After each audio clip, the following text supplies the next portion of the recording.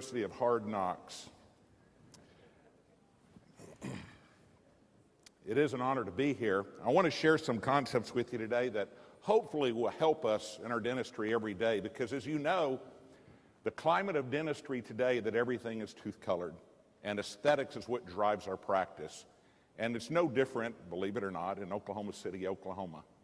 And so while we understand aesthetics is important, we also have to understand that just because we're going to change how something looks doesn't necessarily mean that it might be successful.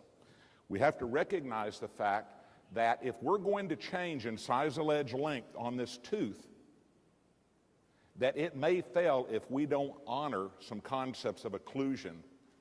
So we have to recognize the fact that anytime we change incisal edge positions, we have to coordinate that with other things. And I like to call this the circle of life. Basically, I just keep in mind that when we change aesthetics, that has to coordinate with function, and we also have to honor biology. And if we can honor that circle of life, then possibly we increase our level of success. So given that, let's look at some trends in dentistry over the past few decades. Back in the 60s, we tended to be very occlusion nathology based. Isn't it interesting that as years have gone on, that tripod contact that we still teach at OU College of Dentistry has shrunken to be smaller and smaller until it's almost that single point contact. And then of course it went on to perio, and then we got into adhesion, and now the tooth colored stuff.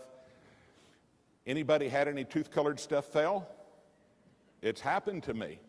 And so I wonder sometimes if we're now not into a time where maybe we fix things that are tooth colored where we did not honor occlusion properly. So I want to share with you something that turned my world upside down. I was teaching a course last year, and Dr. Becker and I were in the back of the room, and something just hit me. And it just made more sense to me, and I said, you know what? I think this is one of the keys to helping us be successful in a way to integrate aesthetics with function. And I call it my Pankey epiphany. So I'm going to share with you my epiphany.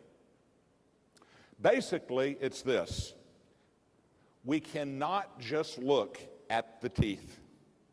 We can't just focus on that thing.